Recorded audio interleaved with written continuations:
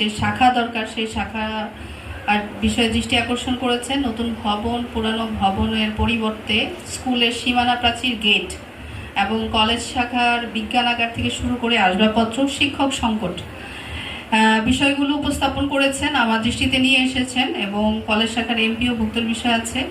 তো যেহেতু আমার নজরে নিয়ে আসছেন, আমি আমার জায়গা থেকে সর্বোচ্চ চেষ্টা করব পর্যায়ক্রমে এই সমস্যাগুলো আমরা যেন সমাধান করতে পারি। যে বিষয়গুলো থাকবে, যে কিছু বিষয় খুব তাড়াতাড়ি হয়তো আমরা অ্যাড্রেস করতে পারবো, আর দুই একটা বিষয় থাকবে যে একটু সময় লাগবে, তবে আমরা সেটির পদক্ষেপ নিয়ে কার্যক্রমগুলো আমরা চালু রাখবো ইনশাআল্লাহ।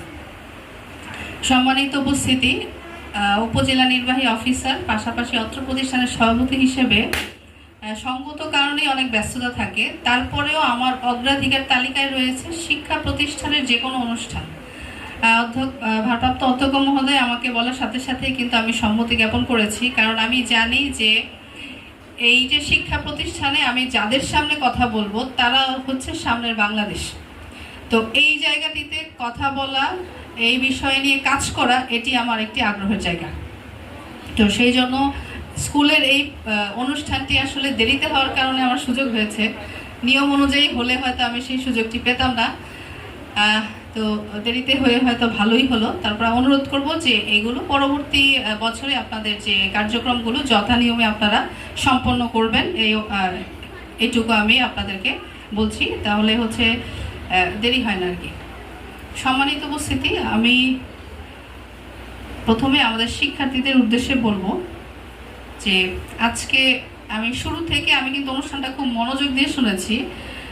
কোরআন তেলাওয়াত, গীতা পাঠ, জাতীয় সঙ্গীত, একক সঙ্গীত এবং হচ্ছে প্রত্যেকটা পারফরমেন্স তোমরা যে করেছো, আমি অত্যন্ত আনন্দিত হয়েছি। এর সাথে যে শিক্ষকরা ছিলেন, যারা তোমরা আজকে উপস্থাপনা করেছো এই কার্যক্রম, তোমাদের সকলকে আমি ধন্যবাদ জানাই এবং আমি অনুরোধ করব তোমাদের ভেতরের যে প্রতিভা, শুধু যারা আজকে সামনে অংশগ্রহণ করেছো তাদের জন্যই নয়, যারা হচ্ছে যাদের মধ্যে এই প্রতিভাগুলো সকলের মধ্যে আছে। কেউ হয়তো তোমার খুব সুন্দর হাতের লেখনী, এটা তোমার প্রতিভা, কেউ কবিতা লিখতে পারো, কেউ গল্প বলতে পারো, কেউ ভালো খেলাধুলায় আছো, তোমরা অনেকে ভালো খেলো, কেউ গান গাও।